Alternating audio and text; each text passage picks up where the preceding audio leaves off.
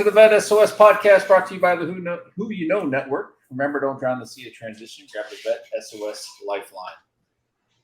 So excited today. We have a great guest with us who's going to be dropping some serious knowledge, not only on the wonderful things that she's doing and has her hands in, but also the journey of the military spouse, which is just phenomenal, and the power that's behind it.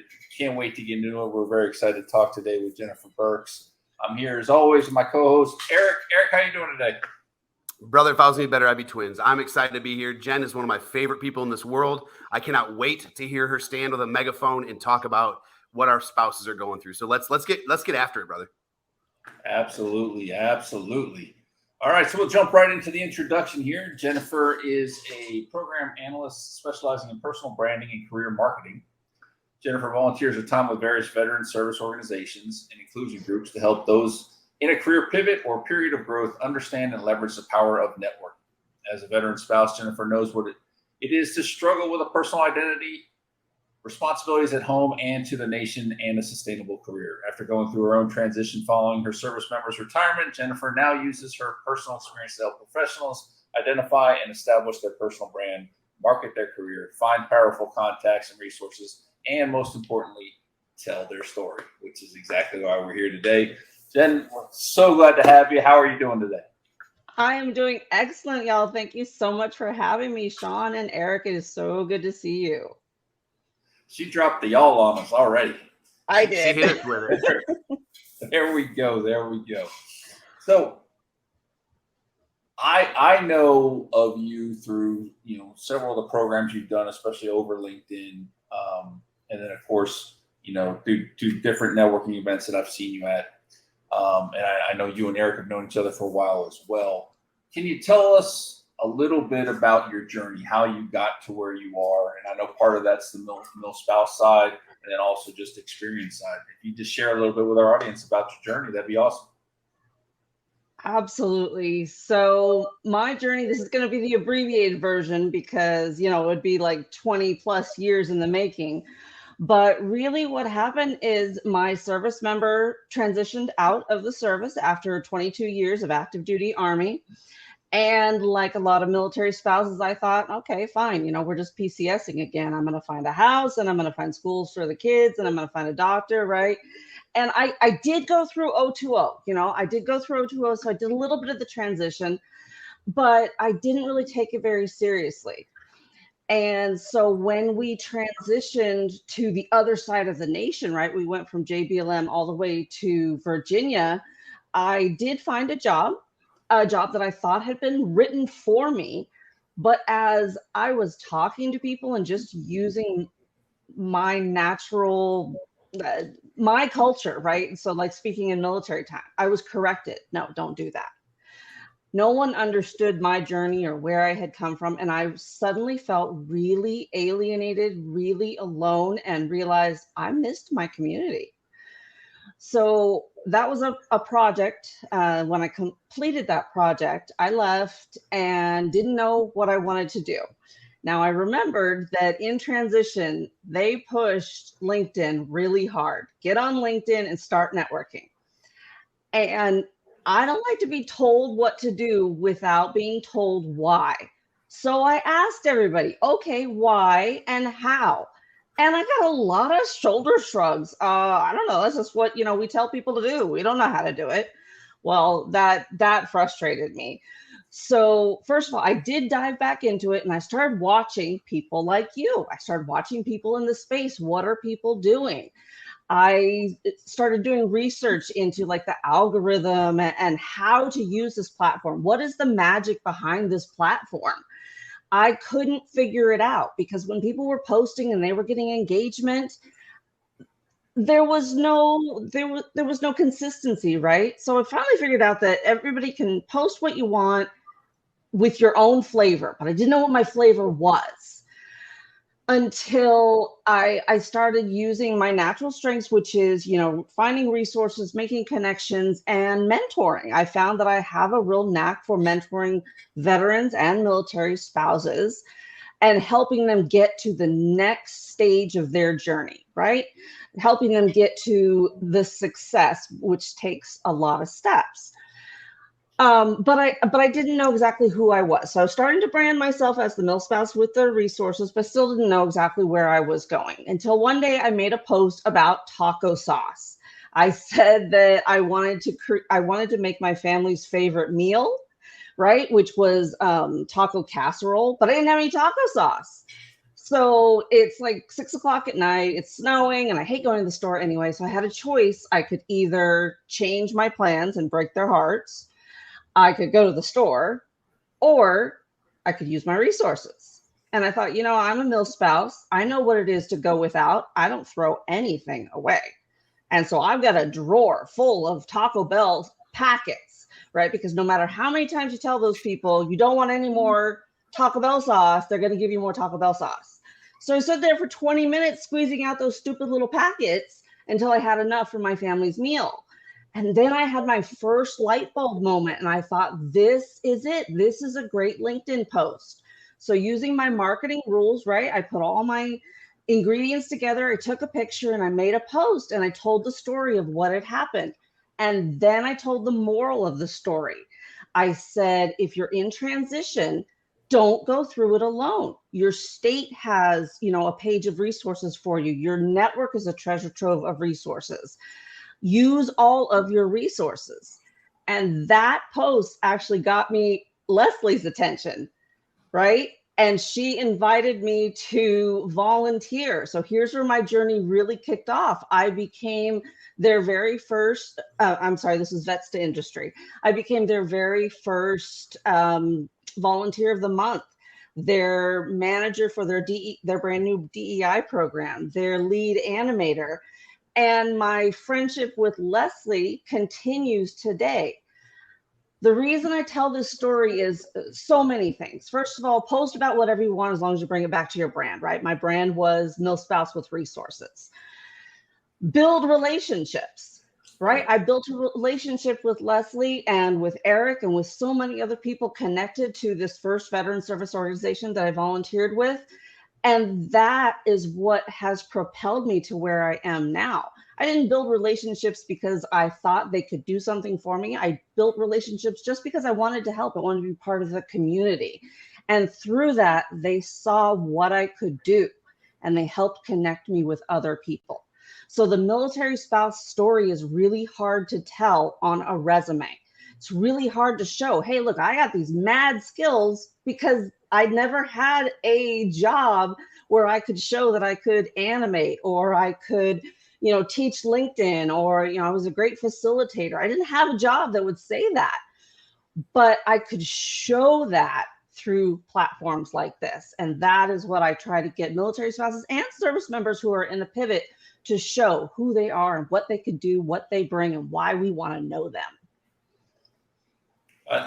Unbelievable. She came out of the gate carpet bombing.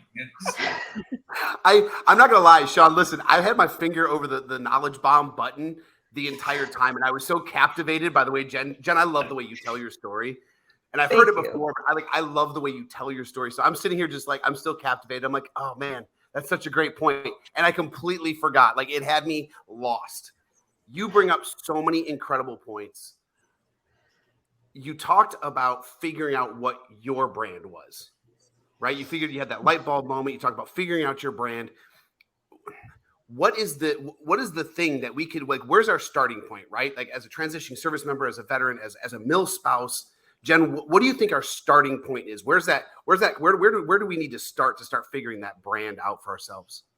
So talk to people, right? So talk to people who are very similar to you and people who are very different than you. Get those different points of view. They will see things in you that you may not. They will see things in you that you do. And then you'll get that affirmation. You're like, you know what? You're right. I do really love doing that. That really is what, feeds my soul. Talk to your family and friends, especially if you have kids in your life, because kids have an amazing way of describing what mommy, daddy, aunt, uncle, grandma, grandpa, whatever do for a living. And they will be able to really look into who you are and give you those keywords and those skills and those stories that you can pull from to this is who I am. But always remember that your brand is not one thing. not ever. I don't even really like telling people what my title is at my paid job, right? Because that's not me. I'm not a program analyst. I'm the mill spouse who wants to help you get to the next stage of your transition or your career pivot, whatever. That's my brand.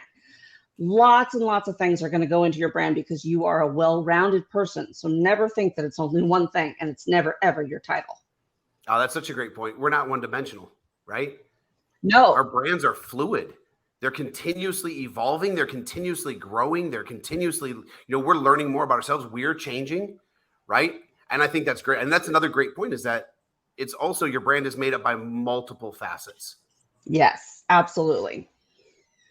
That's Man, so powerful. And, it's great hearing it from someone whose experiences in most spouse. So obviously, I've watched my wife in her struggles as she's gone through the process, and the transition piece, honestly, in my opinion, was tougher for her than it was for me. Once I made that decision to retire, I was retiring. There was no going back and forth on that decision. But I don't know that she necessarily bought into the whole thing right away because you guys are so invested in the career, just like we are. So it's really powerful to see how your journey got you to where you are. And of course, starting as a volunteer and working through that, it's just an amazing story. Thank you. Amazing. So you have what next career consulting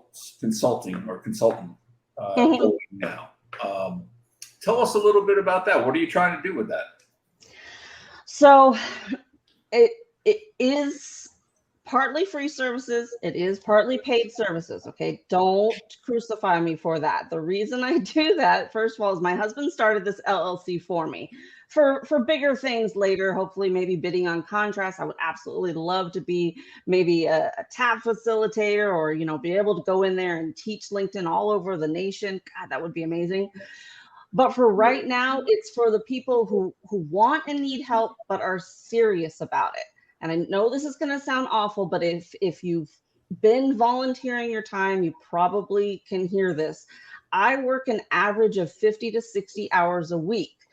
So unfortunately, I don't have the time to help individuals like I used to. So you've got to be serious about it. And what I find is when there's a ticket price on it, the serious people come out of the woodwork. However, I still volunteer through the What's Next Career Consultants my time with TAP, with Wounded Warrior Project, with O2O, with the CDC, actually, to help professionals, whether they're in an inclusion group, whether they're a military spouse, vet spouse, veteran transitioning, to really understand the power of networking and how to get to the next level. What I find is that when I give these classes, sometimes people want additional support.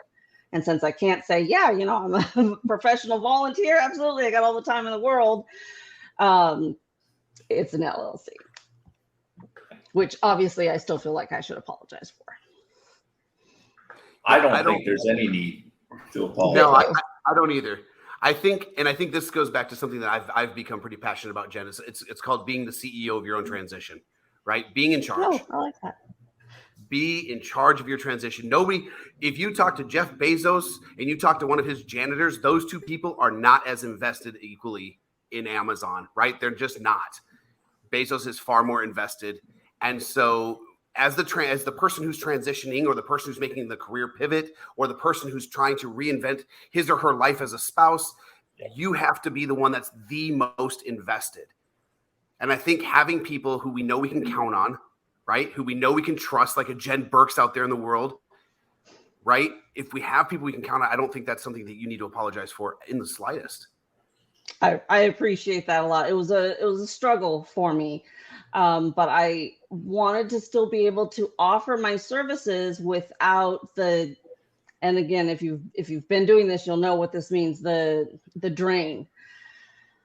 I want to help, and I want to help as many people as I can, but it is draining. If you've ever heard of compassion fatigue or secondary trauma or whatever, it's related, right? Because you want to help so much, but you have to put up boundaries. And that's got to be part of your transition as well. A lot of people jump onto, say, LinkedIn, and what they want to do right away is pay it forward. They want to help people, but you're not in a position yet to help. You have to take care of yourself first. You have to get successfully through your transition, or at least to a point where you have a solid plan, where you have solid leads, you have a stellar network that you've worked on. Don't just jump in and try to give and give and give, because you're going to empty your cup and you're going to burn out. Yeah. I got to jump in here. I feel like Jen is my mother telling me that I should have slowed down, because we started this podcast during the transition process. Oh. I was about a year into the transition when we started this. And wow. I was able to do a full 2-year transition period. But no, I agree completely with what you said. In fact, I made the decision once I officially retired to basically take a knee for 6 months. And, aside from the podcast, not go out of my way to volunteer and do that. I want to get settled first. I want to, take that break, take that breather before I get back into it, because the burnout is real. It's so easy to burn yourself out and just, start to resent what you actually love if you're not careful. So I think you bring up great points, and I joke, but it felt like Mom was talking to me, telling me that I need to, slow down. That's part of my brand too. I try to never shame anyone I work with. I don't make fun of them or attack them on what they don't know. I try to be more nurturing, and that did occur to me one day. I'm like, yeah, I'm kind of like the mom or the male spouse, right? I'm used to supporting and nurturing, and you know what? I'm perfectly happy with that. I want you to feel good about your transition. But Jen, I think that comes with the natural heart to give, right? That idea of, no, I just want to take care of people. But that also brings up an interesting, and I want to go back to this, this need you have to apologize for charging some, a fee for some of your services. Listen, we have coached you. I know you have. I know I have. We have coached our transitioning service members, our brothers and sisters, our mill spouses, about knowing their value and how to negotiate their salary and all of these things, how to take your time and put dollars to cents to it. We teach people that, but the people that like the three of us, and there's so many more out there that volunteer their time, I think sometimes we forget that that's also about our value too. Right? Absolutely. What are my dollars and cents worth? I want to give. I want to help. But if you want me to drain myself as somebody I'm helping, if you want to call me at 10 o'clock on a Saturday, right? Or you want, I've got to know my value. Just like I'm telling you, you need to know your value. I've got to know mine. So I want to dad you for a minute, Jen, and just tell you, hey, look, it's okay. I want you to know your value. And, I think you should be, you offer so much. I have followed you since you started with Vets to Industry, since you and I met. I've listened to your branding philosophies. I have tried. I'm not nearly the illustrator you are. I can't do that stuff. I've tried. I suck at it, but I've tried to understand your methodology and your philosophy for branding. And I have gleaned so much from you. Oh, I'm so glad. That makes me so happy. I remember the first time I heard your name, you were absent from Vets to Industry for a while, and we hashtagged you, "Where is Eric Brew?" And I was like, damn, I think I need to know Eric Brew. Who is this? Yeah, that was, no, they did that on the first Vets to Industry I missed. Oh, that's interesting. That's the first one you missed. You're absolutely right that, first of all, when we're so close to the situation, we forget our own advice, right? So when I write a resume, I know how to write a resume, but I still have to send it to my friend and go, I'm sure this is a piece of crap. You have to look at this for me because I'm too close to it. And that's something else in transition we need to remember. Maybe you will find your flavor, you will find your brand, and maybe it is as a giver, as a connector. But make sure you have your tribe of people who are going to lift you up and remind you, hey, take a break, drink some water. I hear Amber's voice in my head all the time. Take a nap, drink some water, stay hydrated. Amber is my grounding point. So we need that tribe. We need the tribe of people who are kind of doing the same thing that we are doing, maybe with a different flavor, but giving and reminding us it is okay to put ourselves first. I need that. I need to hear that. Yeah. And you brought up a second group of people that you surround yourself with. And it's, again, something that I really connected with is people who disagree with you. Right? Yes. Diversity of thought is so important as we're going through this. Diversity of perspective, diversity of thought. I want someone who doesn't necessarily see the world. I don't need another old crusty retired first sergeant to tell me how to transition. No offense, Shawn. Right? Like that's not really what I'm looking for. Like I need somebody who's transitioned in maybe a different way or from a different background or going into a different direction. And I want to hear their thoughts because they're going to help me formulate my own plan. Yes. Yeah, I call it an echo chamber. Do not exist in an echo chamber because they're doing you no good. You're doing them no good. You need to hear lots of different perspectives. That's how you're going to get those light bulb moments. That's how you're going to figure out what's best for you. That's how you're going to figure out who you are and what your brand is. Absolutely. And just remember, Eric, all I got to do is click your icon here and you disappear from the podcast. Oh, that's okay. I'm the sidekick here, buddy. I'm okay with that. And I've given Eric credit for this before. I think he was the first one to use the idea of your own personal board of directors, and having that group around you. You need both sides, and I've always enjoyed being the person to tell the emperor they're not wearing any clothes, but yes. You need those people willing to do that. And so I think you just bringing up another great point with that. But I have to echo what Eric says because I've participated in some of your LinkedIn stuff, and I mean the value is there. And I've heard numerous times from people as I've gotten to know people in this space that they get ghosted a lot. They get people who just don't appreciate what they're getting. So the fact that you do have a charging side as well, I don't see an issue with it because I know as I did my transition, I paid for certain services I wanted. But then I also participate in a lot of the free ones just to take it all in. So, right. The way I kind of see it is, I can't give my car a tune-up. So I'm absolutely going to pay a professional. In fact, if I do it, I would probably screw up my car and then have to pay the professional more to fix what I did. But yes, I also will push the free services. There are great free services out there. I still offer free services because I think it's a great way to reach people. And some people are DIYers, I give them, they're in my, one of my seminars. They can take the information, go with it. Some people need a little bit more assistance, or some people are just absolutely swamped in transition. It's unbelievable that you're learning a brand new culture, a brand new language, and still working full time protecting the nation. And yeah, that's a lot to do. So yeah, if you need help, reach out, get some help. Few balls being juggled.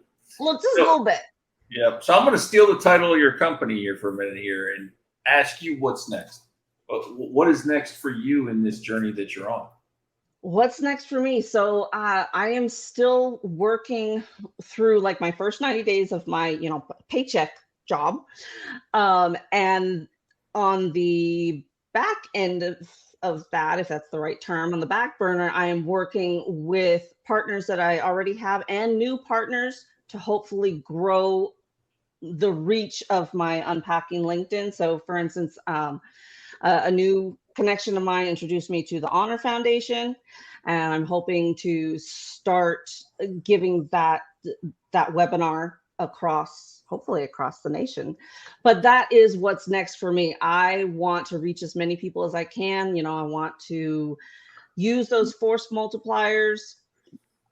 I really want to reach people to help them understand how to use this, but not to take it so seriously, right?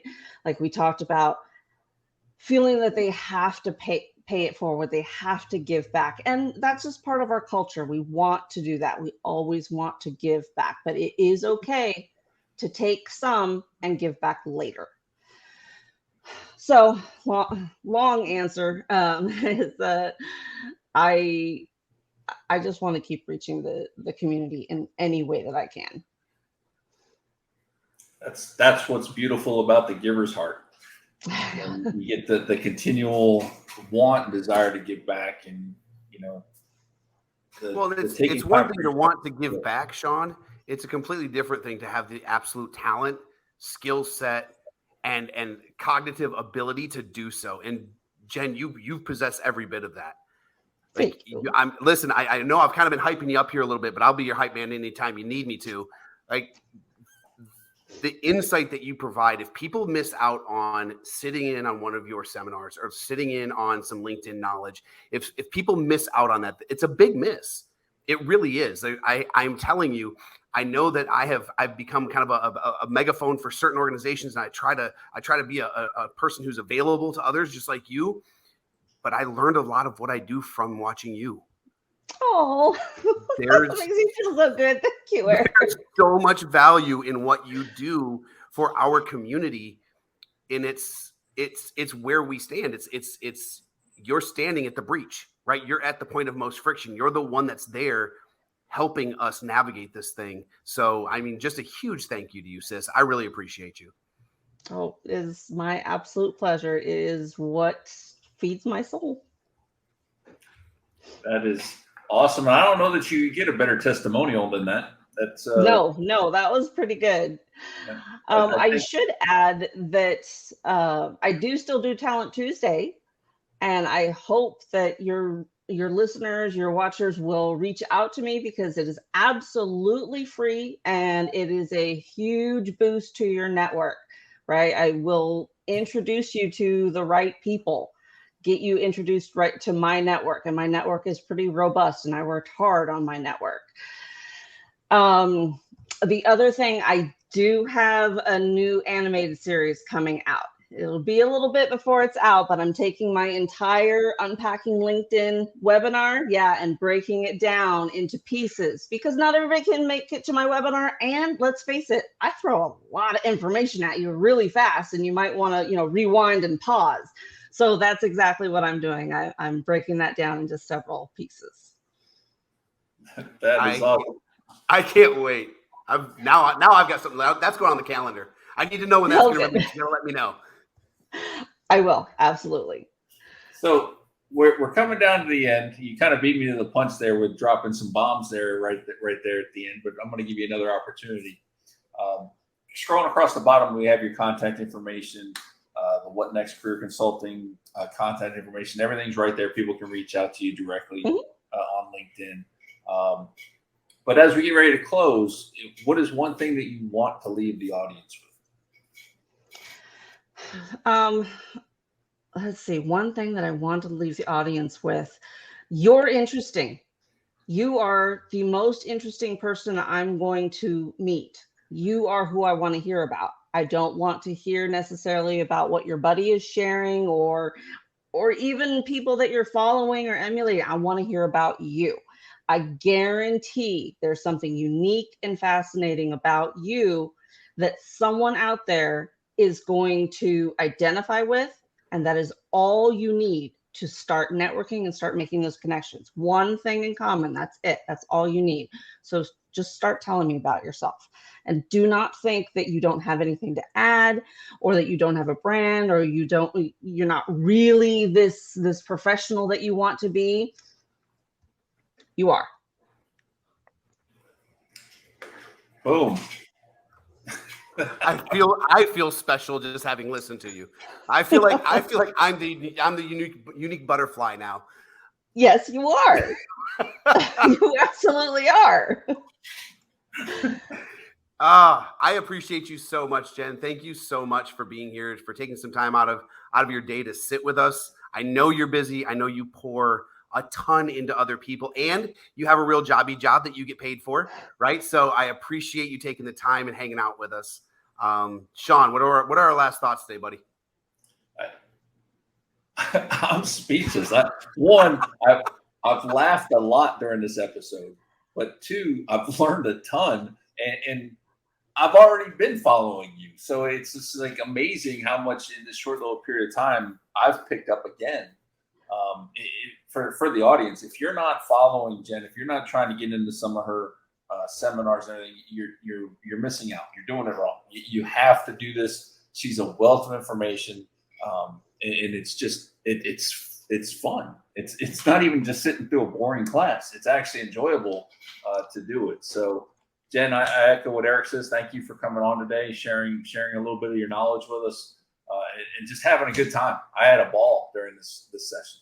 I'm so glad. Thank you for having me. I really feel honored to be part of your VET S.O.S family. And that's it. You are family. Yep. Your family. That's what we do, right? Thank you. One day I'm going to meet you guys in person. You're going to get a big hug. I hope you're huggers because I'm a hugger. I'm all in. I'm down. You have to bring a step ladder. Not for me. Shawn's like 6'9". I don't know. He's a big guy. I'm a short guy, so 6'9". Holy moly! I thought I was tall. Wow. I'm 6'6". Eric's telling fish stories now. Oh my goodness! Wow, that's really tall. I will need a step ladder. Wow. By the time we get to episode 3 or 4, I'm going to be 7'5". That's how I'm going to keep working on it. All right. Well, we had an everyone for tuning in to the VET S.O.S. Remember, don't drown in a sea of transition. Grab that SOS, that VET S.O.S. lifeline. Jen, love you, sis. We'll talk to you.